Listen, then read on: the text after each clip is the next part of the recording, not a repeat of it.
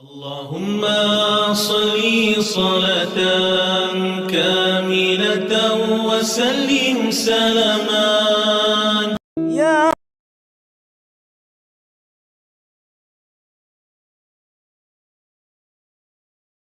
اللهم صل صلاة كاملة وسلم سلاما تاما على سيدنا محمد الذي تنحل به العقد وتنفرج به الكرب وتقضى به الحوائج وتنال به الرغائب وحسن الخواتيم ويستسقى الغمام بوجهه الكريم وعلى آله وصحبه في كل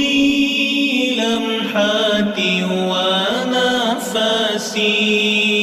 ونفس بعدد كل معلوم لك اللهم صل صلاة كاملة وسلم سلاما تاما على سيدنا محمد الذي تنحل به العقد وتنفرج به الكرب وتقضى به الحوائج وتنال به الرغائب وحسن الخواتيم ويستسقى الغمام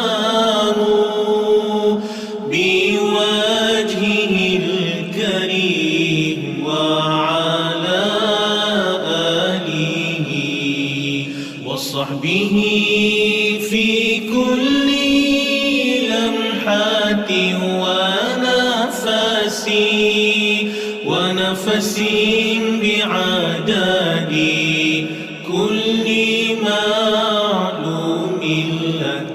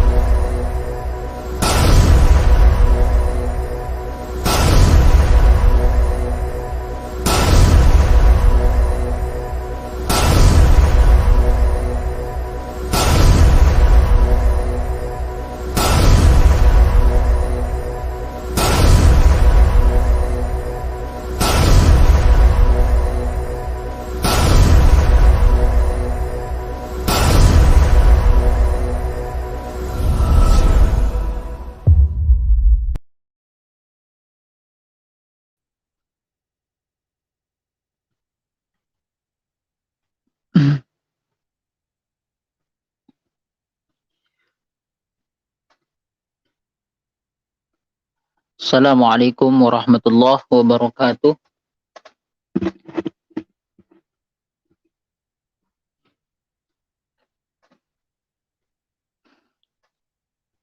Alhamdulillahilladzi hadana lihadza wa ma kunna linahtadiya laula an hadanallah.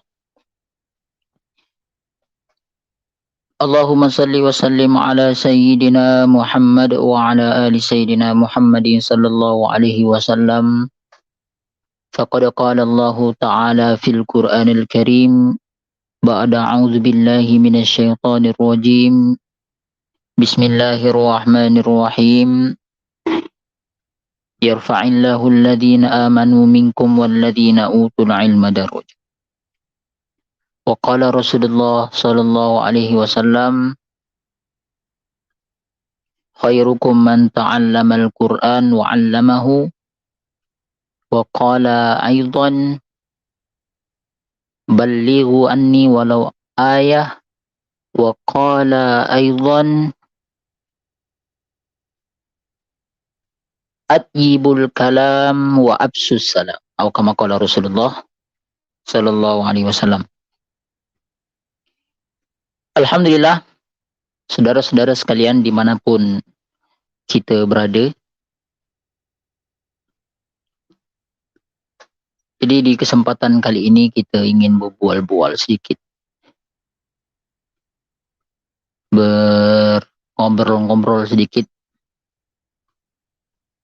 diberi kesempatan oleh yang berhormatnya, yang terhormat abang saya, Abang Fahmi.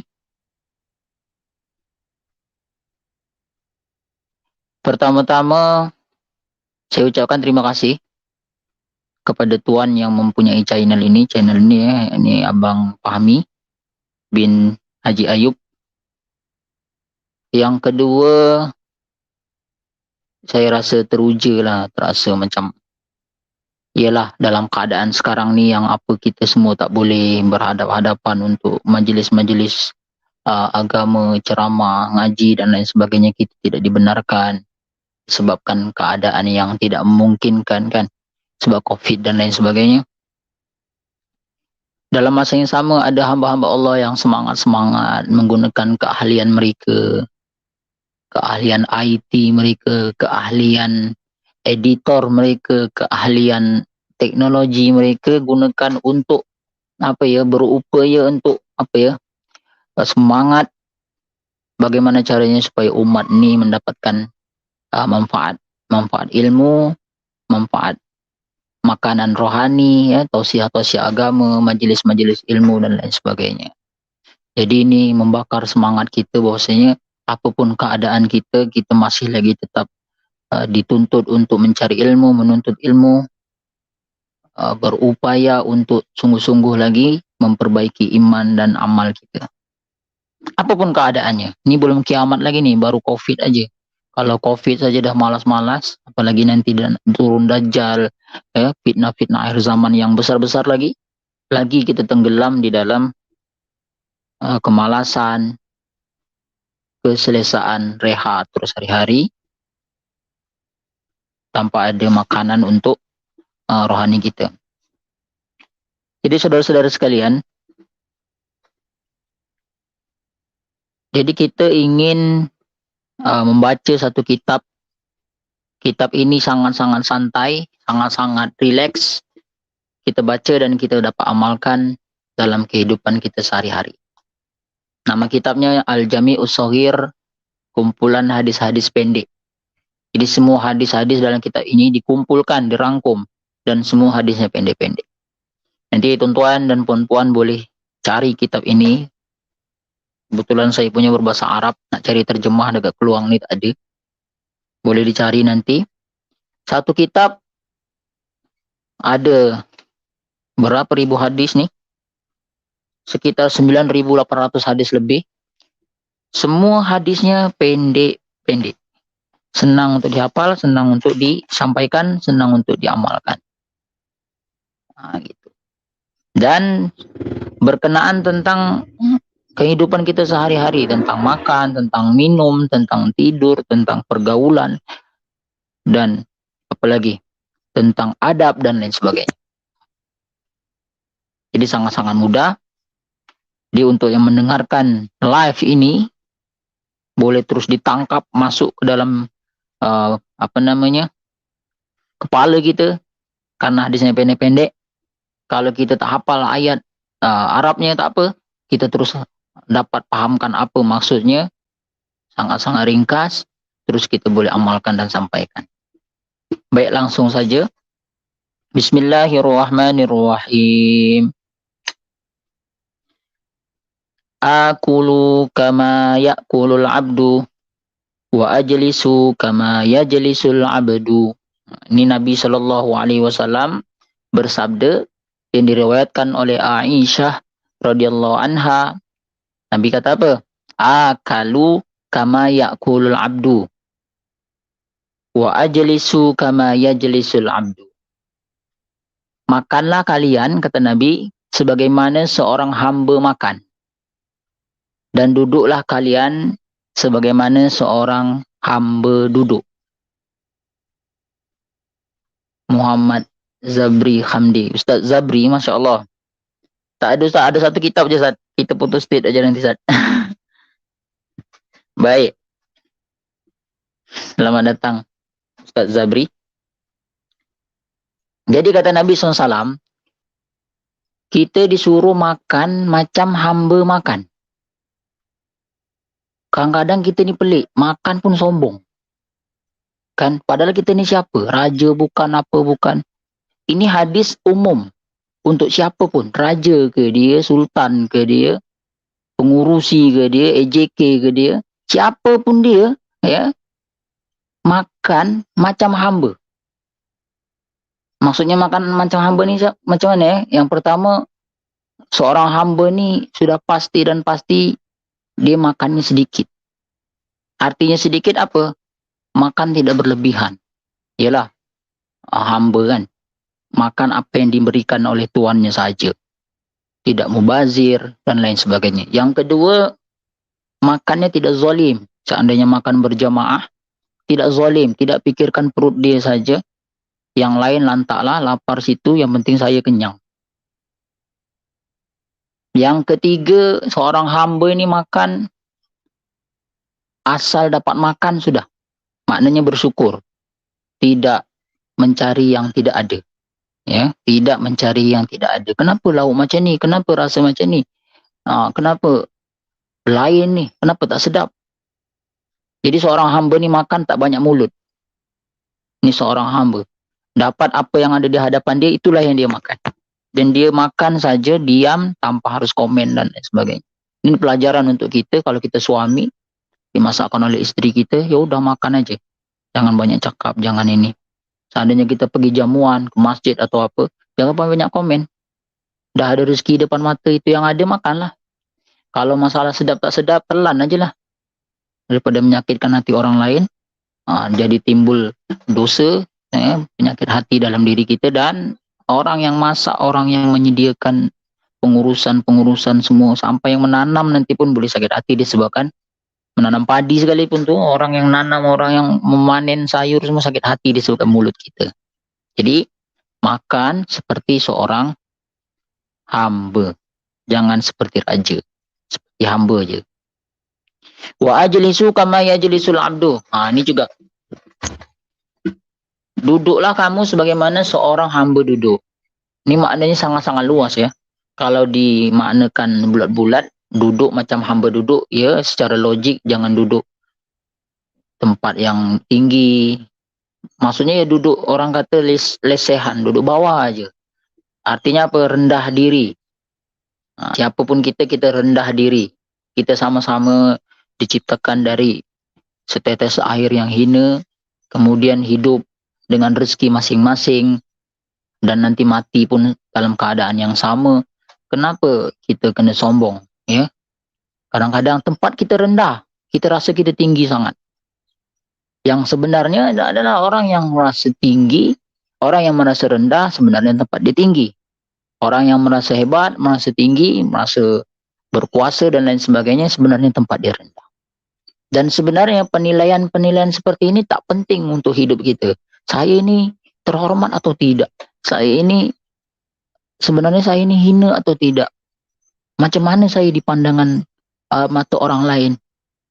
Apa ya sebenarnya penglihatan orang lain pada diri saya? Macam mana orang lain melihat saya ini? Saya ini ketua nih. Saya banyak anak buah nih dan lain sebagainya. Ini semua tak penting dalam hidup kita. Kenapa? Sebab pandangan-pandangan manusia ini adalah pandangan yang sementara je. Bukan mendatangkan manfaat, malah buat susah hidup kita. Mengejar kajian untuk pandangan orang lain untuk diri kita. Yang paling penting, seperti pesan Nabi tadi, kalau nak mencontoh duduk yang baik, tempat kita bersandar yang baik, contohlah seorang hamba. Itu secara logiknya. Secara hakikatnya, kenapa Nabi SAW cakap duduklah, makanlah sebagaimana seorang hamba? Karena setiap kita ini adalah hamba Allah. Kita ini adalah hamba Allah. Bezanya kita ni bukan hamba sesiapa. Hamba pulan seperti dulu-dulu kan ada hamba dibeli dijual. Itu sekarang ni memang bukan dibeli dijual, tapi seluruhnya setiap manusia ni adalah hamba Allah. Jadi sedar dirilah. Kamu, kita, saya semua ini adalah hamba Allah. Sedar diri. Jangan kita sombong, jangan kita nak di atas saja, melihat orang semuanya rendah. Yang tidak kena dengan kita salah saja. Siapa kita kan? Kita ini semuanya adalah seorang hamba Allah Subhanahu wa taala, semua tanpa terkecuali. Sampaikan Nabi sallallahu alaihi wasallam adalah juga hamba Allah Subhanahu wa taala. Kan di dalam Al-Qur'an ada juga Nabi Muhammad sallallahu alaihi wasallam dipanggil hamba, bukan Muhammad, bukan Rasul. Ada dalam ayat yang berkenaan tentang Isra Mi'raj kan?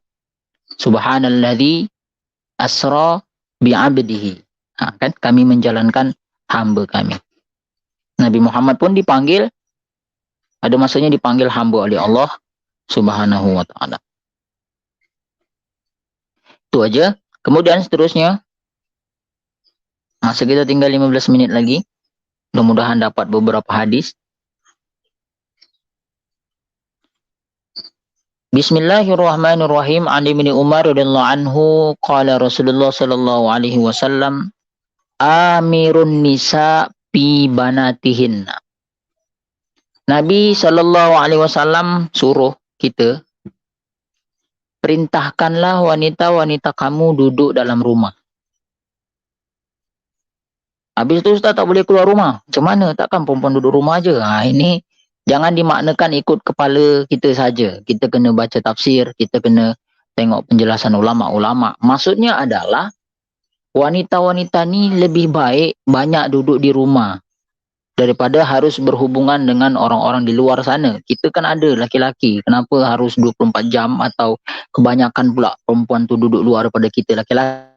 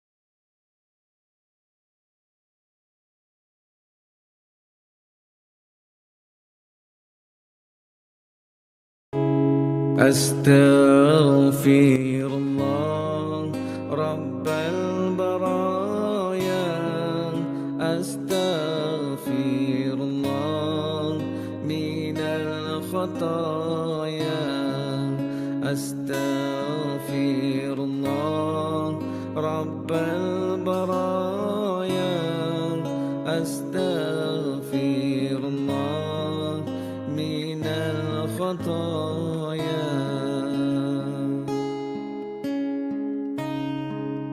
ربي زدني علما نافعا ووفقني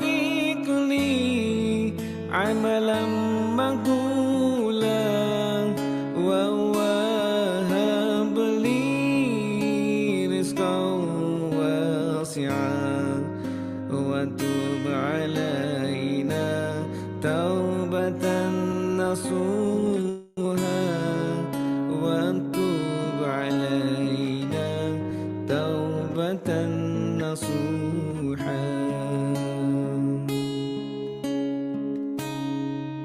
حسبي ربي جل الله ما في قلبي غير الله نور محمد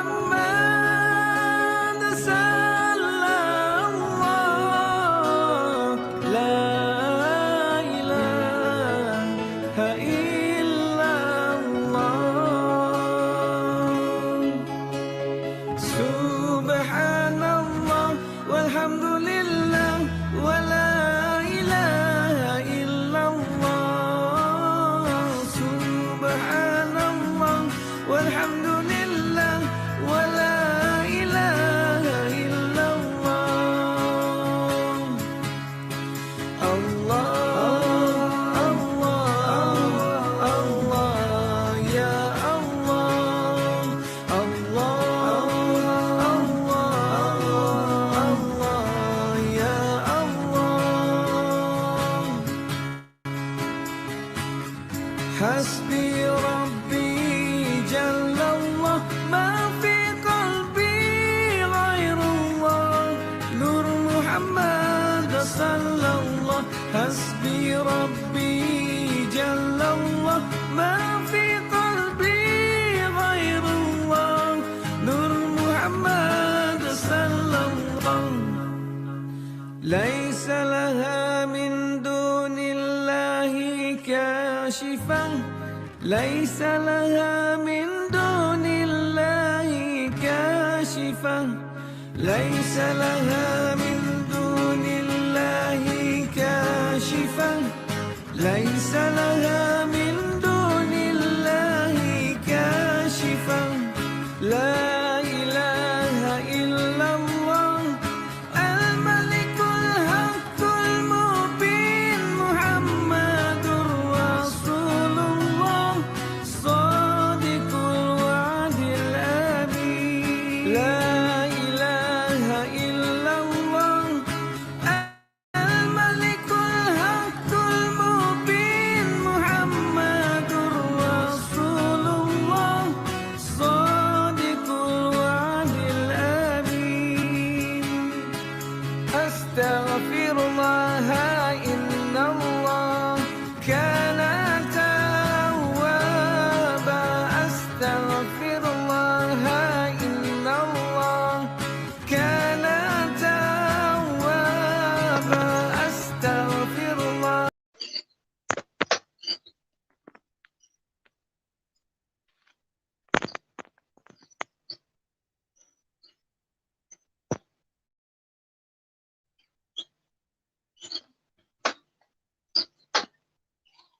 Allahu Akbar.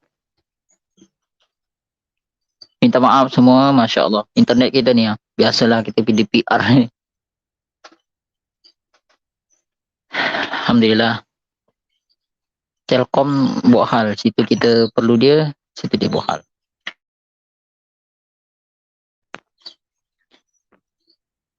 H plus. Okey, dengar tak suara saya? Dengarlah ya. Baik, kita sambung lagi sedikit dalam 10-15 minit insyaAllah. Tadi sampai mana tadi? Amirun nisa fi banatihinna. Nabi SAW perintahkan, suruhlah, perintahkanlah wanita-wanita kamu duduk di rumahnya. Jangan terus ya, seperti saya cakap tadi, kalau dengar sebelum terputus tadi. Alhamdulillah dengar. Artinya bukan wanita ni tak boleh keluar rumah. Duduk rumah aje. Nabi cakap tak boleh keluar rumah, duduk rumah aje. Dan ini yang selalu disebarkan oleh media sosial yang katanya Taliban ni, kalau Taliban berkuasa di Afghanistan, ya sekarang kan Taliban dah menang, maka wanita-wanita sana tidak ada satu pun yang keluar rumah, semua duduk rumah, pakai cadar, pakai niqab, ya, purda semua. Ini media Amerika yang buat. Sebenarnya salah seperti ini. Nabi memang suruh perintahkan wanita-wanita kamu duduk di rumah. Artinya apa? Jangan sampai kita laki-laki yang banyak duduk rumah, dan sebaliknya isteri kita, anak perempuan kita mudah aja keluar rumah. Dan mereka lama sangat di luar tanpa pengawasan kita. Ibaratnya ada anak dara, suka-suka hati datang dibawa sana kemari, datang laki-laki dibawa ke sana kemari, nanti jawablah di hadapan Allah Subhanahu wa taala. Ada isteri keluar tidak menutup auratnya, keluar gitu je, kita tidur je dengan handphone kita kat rumah sebagai laki-laki, nanti juga jawablah di hadapan Allah Subhanahu wa taala. Jadi intinya minimumkan, mensedikitkan wanita ni keluar. Kitalah laki-laki yang terus bertungkus lumus di luar, ya, mengurus semua urusan-urusan, selesaikan. Ya, kalau seandainya ada hajat untuk wanita itu keluar, ya keluar. Islam tak melarang, dengan syarat sesuai dengan ketentuan-ketentuan syarak. Bagaimana izin suami, menutup aurat, dan lain-lainnya. Tidak ada fitnah, kan, macam-macam lagi. Jadi itu dia. Seterusnya, Bismillahirrahmanirrahim.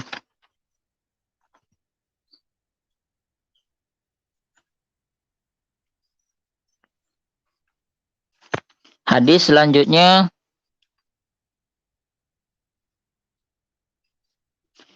Idza tasa'aba ahadukum falyadha yadahu ala fihi fa inna syaitan yadkhulu ma'at tasa'ub. Nabi SAW bersabda lagi untuk kita, jika kamu menguap,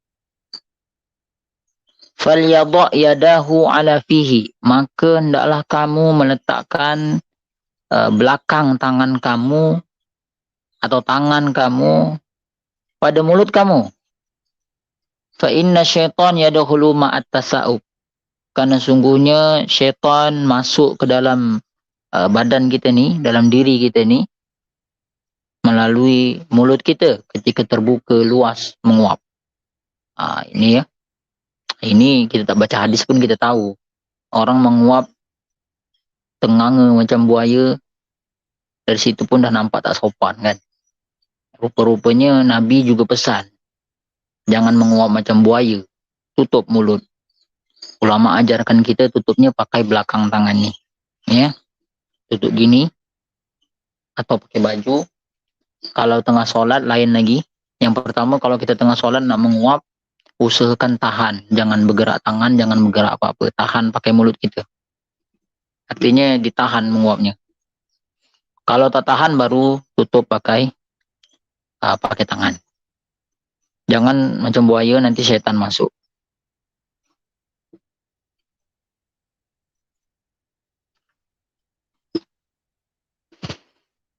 Seterusnya, Bismillahirrahmanirrahim. Idzan qata'a shib'un na'li ahadikum fala yamshi fil ukhra hatta yuslihaha. Jika salah seorang dari kamu selipanya putus, selipar ya, sandal, maka janganlah dia berjalan dengan sebelah saja. Hendaklah dia betulkan dulu hatta yuslihaha, sehingga dia membetulkan, sambung dulu. Kenapa kita tak boleh jalan pakai satu kasut, pakai satu sandal? Karena ini termasuk di dalam penyebab kefakiran. Banyak ya penyebab kefakiran, seperti makan di depan pintu, nyapu malam-malam, pakai selipar sebelah jalan, lepas tu pakai baju terbalik, dan lain sebagainya. Banyaklah. Mungkin ibu-ibu, bapak-bapak yang dah berumur 50 tahun ke atas lebih tahu tentang ini. Kenapa tak boleh, kan orang-orang tua dulu kan dah larang kita buat gitu-gitu ya semua. Ternyata itu semua menjadi sebab kefakiran. Itu amalan-amalan yang orang tua dulu ajarkan. Rupa-rupanya ada hadisnya, jangan dibuat, benar ya kata orang-orang tua dulu. Biasanya apa? Orang tua dulu tak bagi tahu kita hadisnya mana. Dia kata jangan, tak boleh, gitu aja kan. Rupa-rupanya ada hadisnya, tak boleh buat. Baik, terusnya Bismillahirrahmanirrahim. Ajwa'un nas talibul ilmi wa asba'uhum alladhi la yabtahihi. Nabi sallallahu alaihi wasallam bersabda, orang yang paling lapar adalah orang yang paling lapar ni bukan orang yang tak makan sebulan, tak makan setahun, tak makan, puasa je. Dia lapar sangat, bukan ya. Orang yang paling lapar adalah orang yang selalu mencari ilmu. Ya, ini sebenarnya orang yang paling lapar. Orang yang paling lapar adalah orang yang selalu nak aja cari ilmu. Nah itu lapar sangat tuh dia tuh. Dan kita harus lapar macam gini. Saya dah kenyang Ustaz, dah pandai saya. Oh, maknanya kita dah kenyang lah tuh ya. Jangan, untuk ilmu harus lapar terus, jangan sampai kenyang. Dan Nabi SAW bersabda, orang yang paling kenyang adalah orang yang tak nak cari ilmu.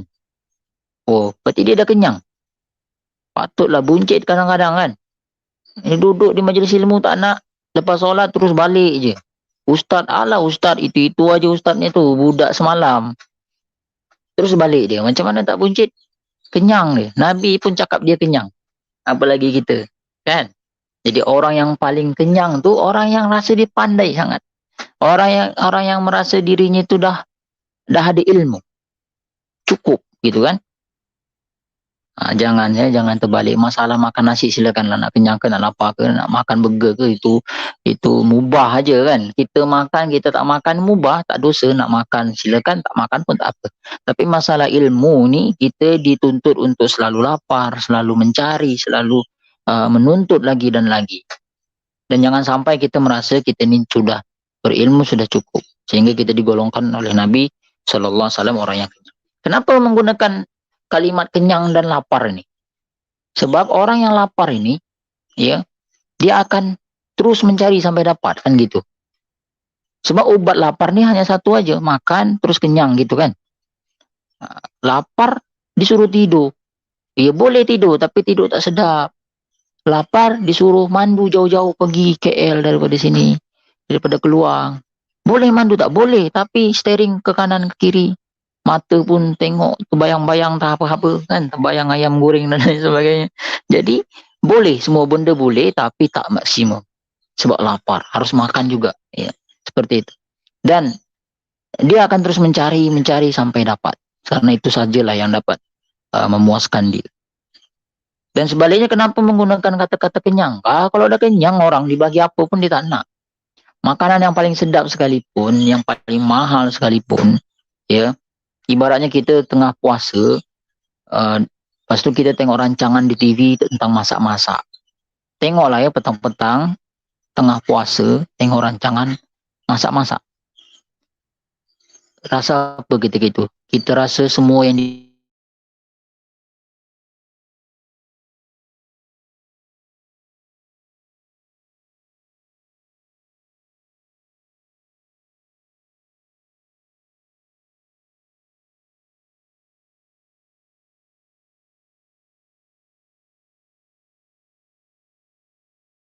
masak nanti buka puasa. Tengok Selcom, Masya Allah. Hujan, jadi gitulah ya. Sebab itulah Nabi SAW pesan, kenyang ni dibagi apa pun dia takkan nak punya. Sebab itulah orang yang tak nak belajar ilmu, dia memang gitu. Dia mungkin pilih-pilih ustaz, dah kan? Pilih-pilih penceramah yang satu nyawa dengan dia, satu warna dengan dia, dia dengar. Yang tak sebangsa dengan dia, yang tak satu bendera dengan dia, dia tak nak dengar gitu kan. Padahal ilmu ni walaupun disampaikan dari mulut anak kecil kita, la yanzuru ila maqala, yanzuru ila maqala, la yanzuru ila maqala. Lihatlah apa yang disampaikan dan jangan lihat siapa yang menyampaikan, kan gitu. Tak kisahlah apa warna kulit dia, apa bangsa dia, apa bendera dia, tak kisah. Kalau kita lapar ya kita nak. Tapi kalau kita tak nak, dah kenyang ya, kita akan pilih-pilih siapa yang menyampaikan ilmu. Dalam garis bawah, memilih ini boleh, tapi dari segi apa yang dia sampaikan ni sesuai tidak dengan kita punya mazhab, Ahlussunnah wal Jamaah, tauhidnya dan lain sebagainya. Gitu kan, akidahnya kita kena perhatikan di situ. Bukan dari segi menuntut dan tidak menuntutnya. Ini ilmu kita boleh cari kepada siapapun yang sesuai dengan arahan ulama-ulama kita. Seterusnya, bismillahirrahmanirrahim. InsyaAllah 2 hadis lagi.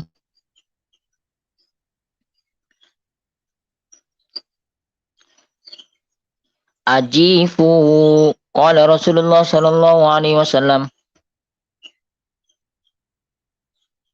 ajibu abwabakum wa akfi'u aniyatikum wa auki'u askiyatakum wa atfi'u surujakum fa innahum lam ya'zan lahum bittasur alaikum.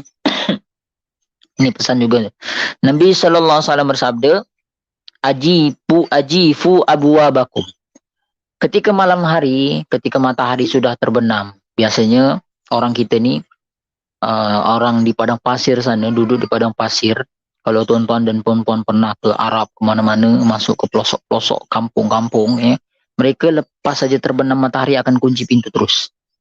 Karena memang tidak ada harapan untuk pergi beli burger, tidak ada cerita nak pergi beli bubur ayam dan lain sebagainya. Memang tak ada. Memang tak ada tamu. Ini akan terus kunci pintu. Jadi kata Nabi, kalau dah matahari terbenam, kunci pintu.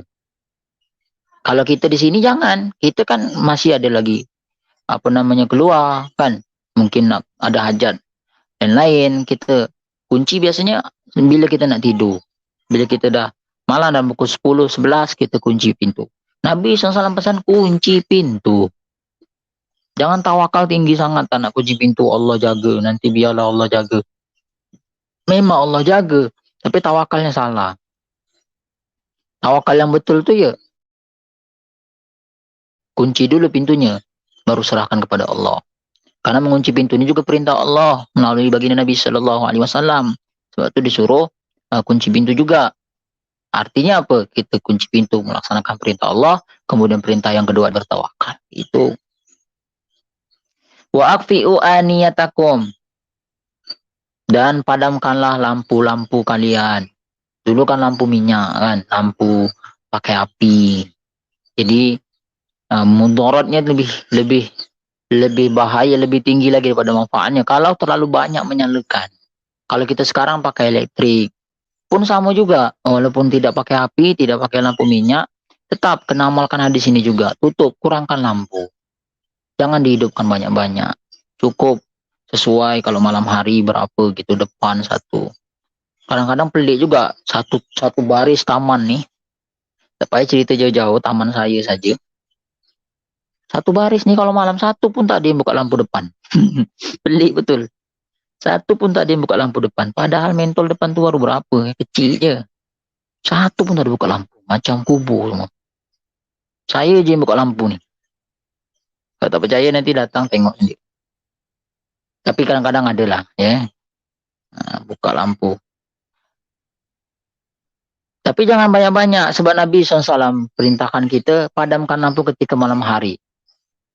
Sesuai dengan hajat kita. Tapi jangan gelap juga. Nanti seperti tak ada orang duduk. Wa auki'u askiyatakum. Dan Nabi SAW perintahkan lagi. Ikatlah tempat-tempat makanan kalian. Dulu kan tempat makanan pakai kulit. Kan pakai tempat air pun pakai daripada kulit. Diikat. Sekarang kita ada tak ikat-ikat ni? Ada mungkin ya. Kayak macam plastik-plastik atau apa. Kita ikat. Kita jangan diterbuka je. Memang secara zahir tak ada orang makan.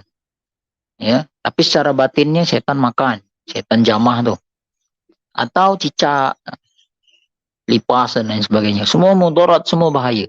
Sebab Nabi kalau dah suruh mesti ada manfaatnya. Dan kalau kita tak buat, mesti ada mudaratnya. Banyaklah ya. Tidak, walaupun dah moden sekarang, pakai Tupperware dan lain sebagainya. Tapi kita tetap jaga, jangan sampai pada malam hari kita tidur, ada wadah-wadah ataupun bekas-bekas makanan kita, minuman kita yang terbuka. Sebab Nabi suruh tutup. Wa atfi'u surujakum. Wa atfi'u surujakum. Wa akfi'u aniyatikum. Tutuplah wadah makanan. Tutup, ikatlah tempat air minum kalian. Padamkanlah lampu. fa innahum lam yu'zan lahum bitasur alaikum. Karena sesungguhnya kamu tidak tahu siapa yang menguasai nanti pada malam hari. Itu semua. Kita tak tahu siapa yang menguasai apa namanya makanan kita, rumah kita, minuman kita, hatta kita sendiri yang terbaring tertidur tuh, kita tak dapat tahu siapa yang menguasai kita ketika malam hari. Tuan-tuan dan puan-puan sekalian, kalau kita tidur, tak payah cerita nak jaga motor kita, nak jaga kereta kita, nak jaga harta benda kita. Jangan cerita ke situ, jauh sangat kita nak jaga. Kita tidur terbongkang gitu kan. Saya tidur boleh Ustaz, saya dengar Ustaz gini. Saya tidur ayam aja Ustaz, saya dengar. Semua kalau ada bunyi sikit pun saya dengar. Oh, iya ke? Ya. Jangan cerita jauh sangat. Kita tidur ni, jaga lubang hidung kita saja kita tak boleh. Betul tak? Jaga lubang telinga kita, segala jenis lubang yang ada pada badan kita ni, ketika kita tidur, siapa yang jaga?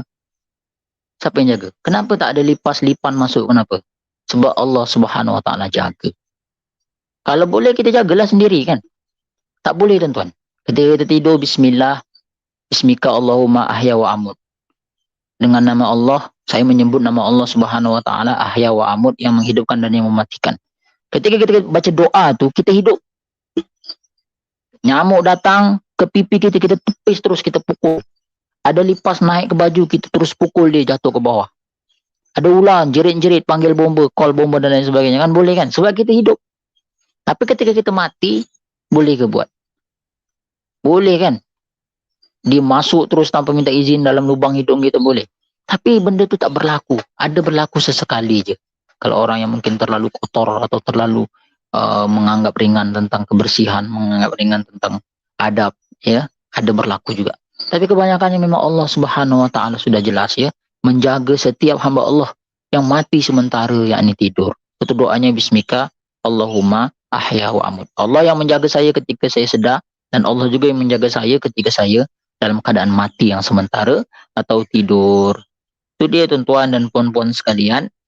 Jadi perintah Nabi yang sangat ringan-ringan sekali ini.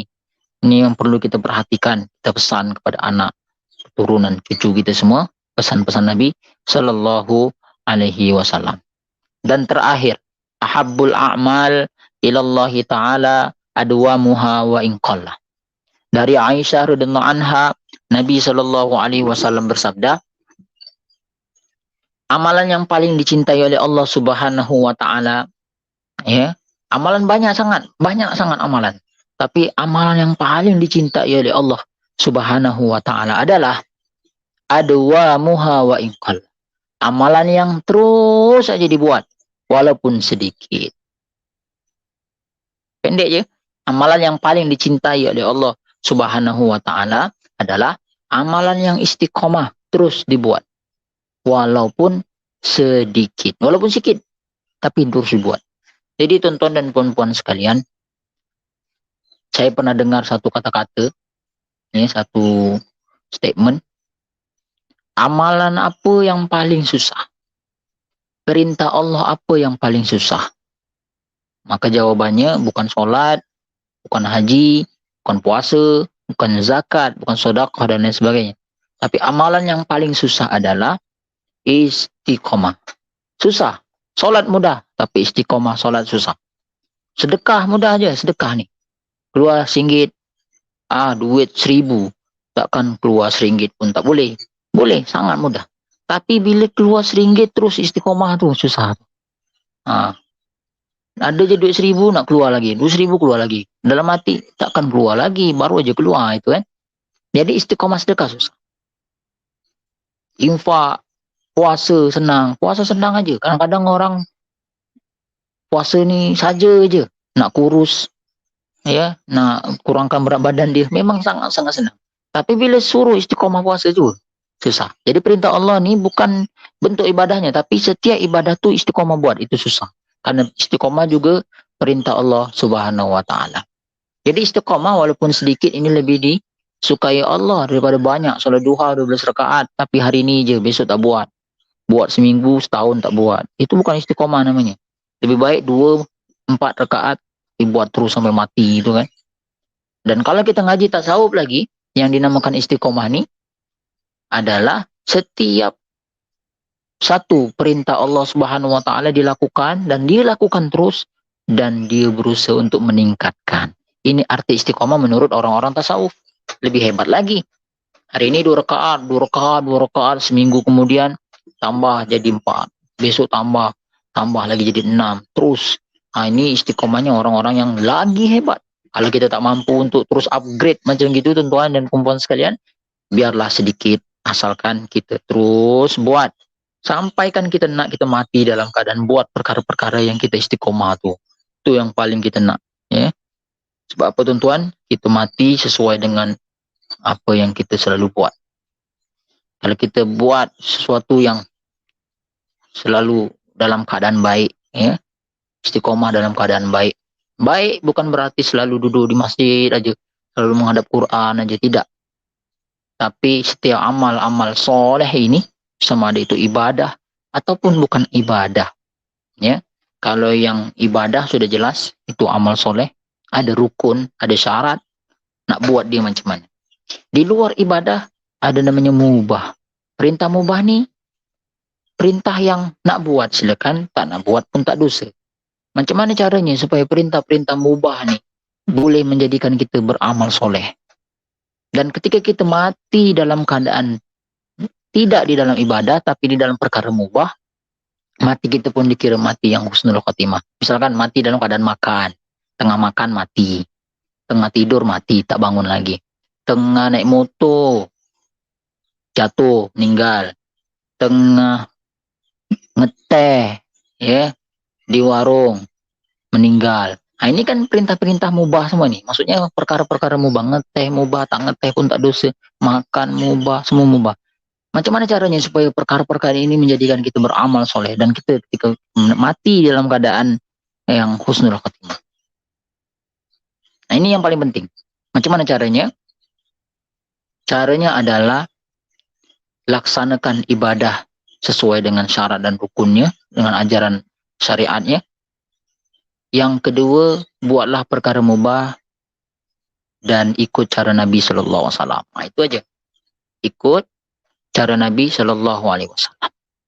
Kalau kita meninggal dalam keadaan sujud, sudah jelas. Itu ibadah. Sekarang jadi pertanyaan, meninggal ketika makan. Mati syahid ke tidak? Matinya baik ke tidak? Kan gitu. Meninggal ketika naik motor, meninggal ketika memandu, meninggal ketika keluar daripada rumah. Nah, ini. Apa cerita dia ni? Apa status dia? Apa status mati dia? Macam mana keadaan dia? Sesuai dengan bagaimana dia lakukan perintah mubah? Bagaimana dia lakukan perbuatan-perbuatan mubah tersebut? Makan. Ya, tadi seperti hadis yang di awal-awal tadi. Makan seperti seorang hamba kan. Makannya tidak mubazir, baca doa, tidak zolim, memikirkan orang yang lebih lapar lagi daripada dia. Apalagi tidak menghina makanan, tidak banyak cakap, banyak mulut komen menyakitkan hati yang memasak, tidak merendahkan, tidak membuang-buang makanan. Misalkan meninggal, ya mati dalam keadaan baik, makan ikut cara Nabi Sallallahu Alaihi Wasallam. Ketika keluar rumah, baca doa, Bismillahirrahmanirrahim, tawakkaltu 'ala Allah. Keluar pakai selipar, Allahumma inni a'udzubika minal iblisi wal junudi, baca doa. Naik kenderaan, ya ketika masuk dalam kenderaan baca bismillah, duduk alhamdulillah, jalan bismillahirrahmanirrahim, tawakkaltu 'ala Allah, la haula wala quwata illa billah. Pom, accident. Mati dalam keadaan baik walaupun itu mubah. Naik kereta kan bukan ibadah kan. Apalagi tidur baca doa. Bismika Allahumma ahya wa amut, macam-macam lagi dia baca, al-muluk, al-mulk dia baca, sajadah dia baca, minta maaf, salam dengan suami, ya. Kemudian mengingat-ingat hutang, mengintrospeksi diri, menghisap diri apa yang dah buat selama 24 jam. Sebelum tidur diingat-ingat balik, kalau tu baik alhamdulillah, kalau buruk istighfar sebelum tidur. Mati besok pagi tak bangun dah, terus gul terus kan, terus masuk akhirat terus tak bangun pagi-pagi. Tidur yang macam mana ini? Tidur baik-baik, tidur ikut cara Nabi Sallallahu Alaihi Wasallam dan seterusnya. Banyak lagi perintah-perintah mubah ni, ya, yang mana kalau kita ikut cara Nabi SAW, kita akan mendapatkan amal soleh dari perkara-perkara tersebut. Itu aja ya tuan-tuan dan puan-puan sekalian. Mudah-mudahan apa yang kita baca, apa yang saya baca, yang pertama sekali adalah telinga saya yang paling dekat dengan mulut saya, maka saya berharap saya dapat amalkan sepenuhnya apa yang keluar dari ucapan saya, apa yang keluar dari mulut saya. Dan sama-sama pada saudara-saudara sekalian, tuan-tuan dan perempuan sekalian di luar sana yang mendengar siaran langsung ini, mudah-mudahan adalah yang tersekat sedikit lah ya hadis-hadis Nabi Sallallahu Alaihi Wasallam yang pendek-pendek ini, yang mudah sangat-sangat dipahami dalam hati-hati kita semua, dan sehingga kita dapat amalkan dan kita sampaikan kepada, khususnya kepada ahli keluarga kita dan kawan-kawan dan umat seluruh alam. InsyaAllah itu saja yang benar dari Allah. Allah alam bisawab. Silap dan kurangnya pada kehilapan dari saya sendiri. Saya ucapkan terima kasih kepada Tuan Abang Fahmi, ya Abang Fahmi.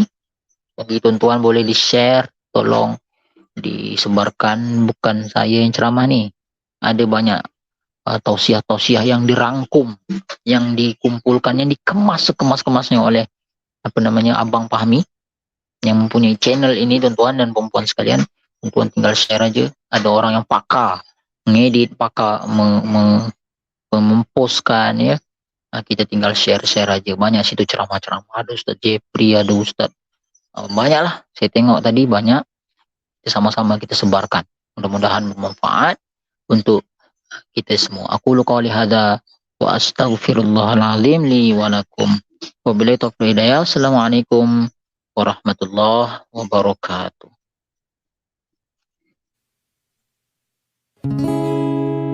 Astaghfirullah Rabbal baraya, astaghfirullah minal khataya, astaghfirullah Rabbal baraya, astaghfirullah minal khataya.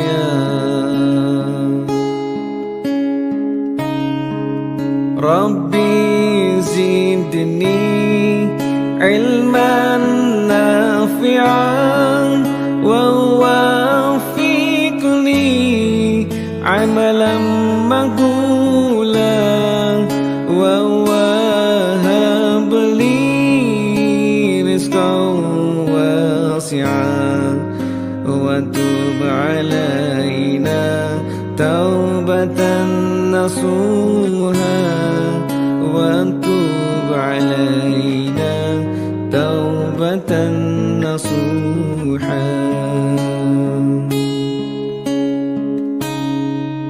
Hasbi Rabbi